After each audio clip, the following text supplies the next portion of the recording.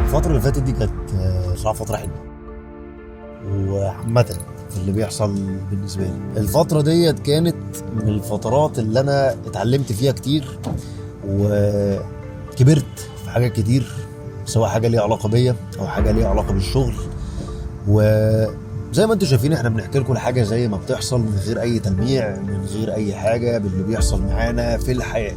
لو في أي خازوق بنقوله، لو في أي حاجة حلوة بتتقال، في أي حاجة وحشة بتتقال برضو.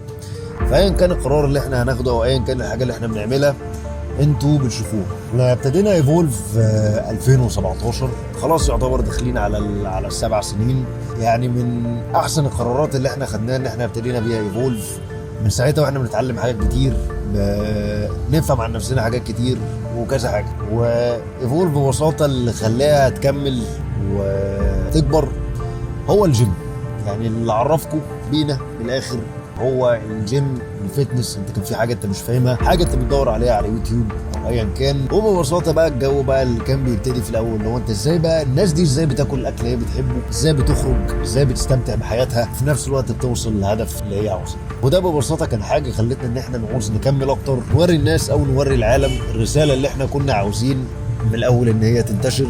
والحمد لله على مدار السبع سنين دول الموضوع ده انتشر اكتر واكتر، غيرنا حياه الاف الناس. ناس كتير ابتدت شغلها في الفتنس بسبب اللي احنا بنعمله، وناس كتير قررت ان هي تغير حاجه في حياتها او تبتدي بيزنس او تبتدي شغل او تعمل ايا كان. الحمد لله بعد ربنا.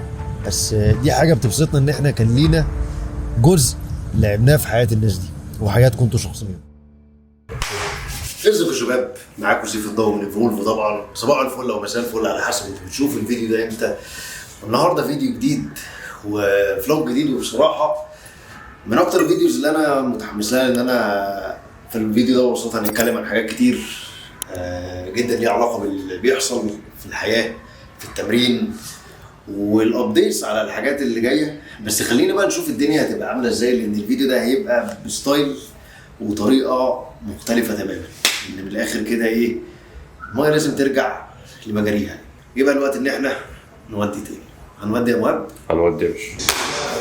دلوقتي يا شباب وصلنا الجيم، وعندنا النهارده كتف ودراع، التمرينه الثالثه من ستايل الميتابوليك كونديشننج، اللي هو العدات العاليه. انت زي ما انت عارف انت لازم تمرن العضله بكذا طريقه مختلفه. ده اللي احنا عامه بنحب نعمله وده اللي احنا بنعلمه للناس. مرن العضله في نطاق العدات الواطي، نطاق العدات المتوسط، ونطاق العدات العاليه. وقبل ما نبتدي كده انا عاوز اتكلم في كام حاجه بصراحه، يعني مش هنطول عشان التمرينه، وانا عارف ان انتوا بتحبوا تشوفوا الحاجات ديت. ومعانا مستر مهاب كونتنت ورا الكاميرا بيكنتنت علينا. شوت اوت لمهاب يا شباب، الانستجرام بتاعه هنا. للي متابعني واللي متابع ايفولف بقاله فتره عارف ان احنا طول عمرنا في الفتنس او في الجيم كنا ماشيين كده دايما كده كده كده كده. بس الفكره الفتره اللي فاتت اللي حصل بقى زي ما انتم شفتوا، في حاجات كتير الحمد لله نزلت، عملنا حاجات كتير، بس ده للاسف جه على حساب الجيم وعلى حساب التمرين من ناحيتي. يعني انا كنت بتمرن بس كان اسمي بتمرن. انتوا كنتوا هتشوفوا ان انا شويه اتمرن 3 ايام، شويه اروح اتمرن بسرعه، شويه مش عارف ايه. وبصراحه كده يا شباب انا مش هضحك عليكم، انا دماغي ما كانتش في اللعب. يعني انا كنت بتمرن لان ده بالنسبه لي حاجه انا بعملها فوق ال7 8 سنين. انا دلوقتي داخل على تقريبا 8 سنين ونص 9 سنين اكون بتمرن، فما ينفعش ان انا ابطل. ولكن دماغي للاسف ما كانتش في اللعب. فبصراحه كده بقالي فتره اعمل ايه، مش عارف اروح فين. وبصراحه كان في حاجه جوايا كده بتقول لي انت محتاج ترجع. والاحساس دوت حصل قبل WNBF كمان بتاعت الامارات اللي مصر كلها ادت فيها. وطبعا شوت اوت هشام مندوشي واحمد بسيوني على اللي انتوا عملتوه يا شباب والشباب كلها.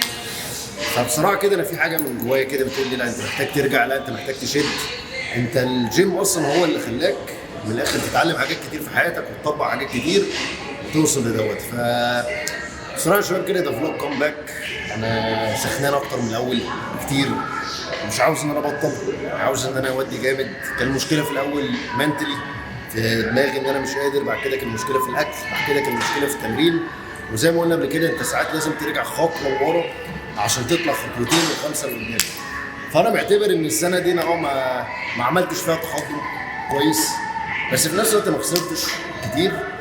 بس الوقت بقى جه ان انا ارجع واخلي العجله دايره تاني وثالث ورابع وعاشر، وعايزين نعمل المهم كده اوف سيزون. عارف اللي هو تاني واحد بقى كده دخل الاوضه بتاعت كابتن امريكا كده طلع منها.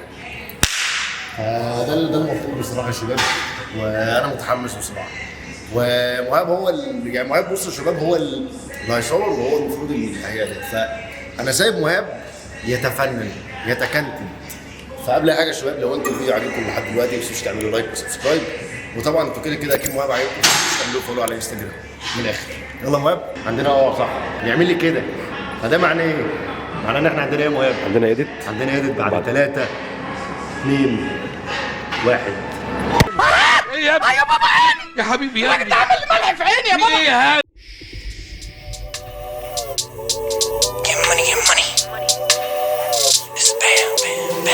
It's bam bam, she wanna flick for the gram.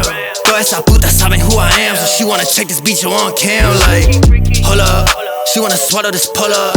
Soon as I bust, I'ma roll up. Full lines are better, I pull up. Papi te paga los biles, nada más que quiero ese culo. Prefiere el sexo conmigo que yo te lo meto bien duro.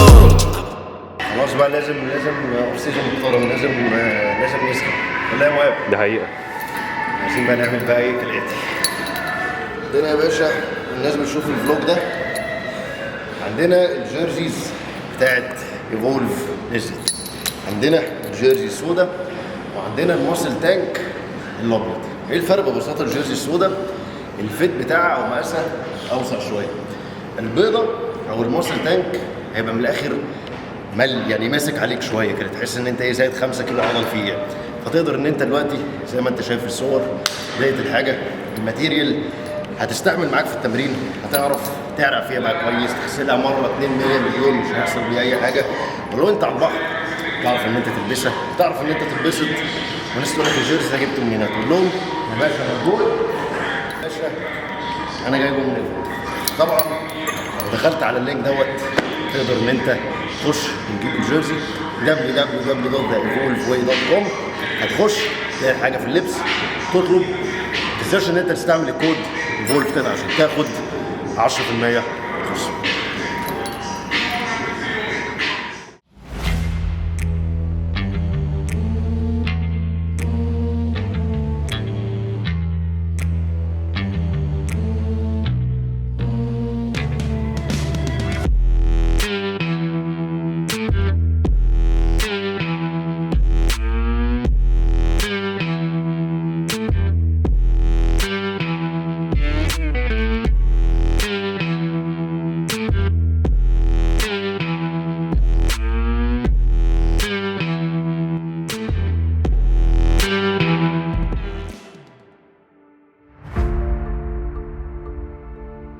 ابتدينا في 2021 السلسله بتاعه الطريقه للمسرح. 2022 عملنا الطريقه للمسرح الموسم الثاني، وببساطه تحس كده ان الدنيا كانت ماشيه زي الفل لحد ما بيبتدي ان يبقى في حاجات تانية في حياتك وتحس ان هي بتعطلك، تحس ان هي او مش بتعطلك بس انت بتبتدي ترتب اولوياتك بطريقه مختلفه. وانا مش هضحك عليكم، انا من ساعه بعد البطوله على طول اللي في 2021 مفيش بعديها، وابتدت بقى حاجات تانية تكبر في ايفولف الحمد لله وفي الحياه، وابتديت ان انا ما اديش للتمرين حقه زي ما كان بيحصل. حسيت ان انا مكسل، حسيت ان انا مش قادر. هتشوفوا حتى في الفيديوهات اللي قبل كده هتلاقوني شويه بلعب مصارعه، هتلاقوني شويه بتمرن 3 ايام، شويه بتمرن 4 ايام، شويه اخد ديلود كل اسبوعين 3، اللي هو كنت بتمرن لان ده بالنسبه لي فرض. يعني عارف لما يبقى في حاجه في حياتك بتعملها بس بتعملها ان انت عندك الانضباط فيها، وده من الاخر اللي كان بيحصل من ناحيه التمرين، اللي هو انا لازم اتمرن لان دي حاجه انا بعملها بقالي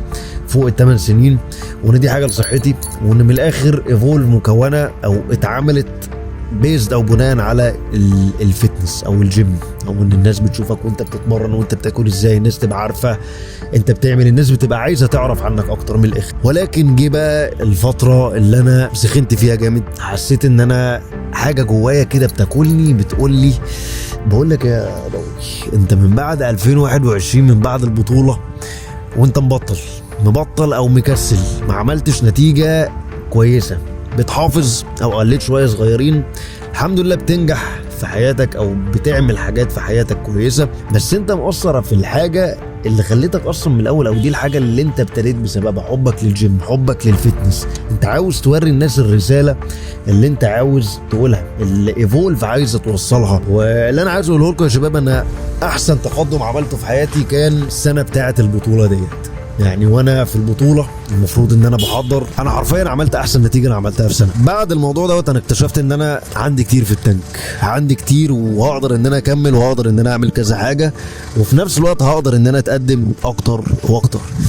فجي الوقت اللي انا اقدر اقول فيه انا سخنت تاني، انا حاسس ان في حاجه جوايا بتقول لي انت ما ينفعش تبطل الحاجه دي، انت لازم تكملها، انت لازم تعمل او تدي فيها 100%. انت في حاجات كتير في حياتك بتحصل، بس انا مش هقدر ان انا اكسل من دلوقتي.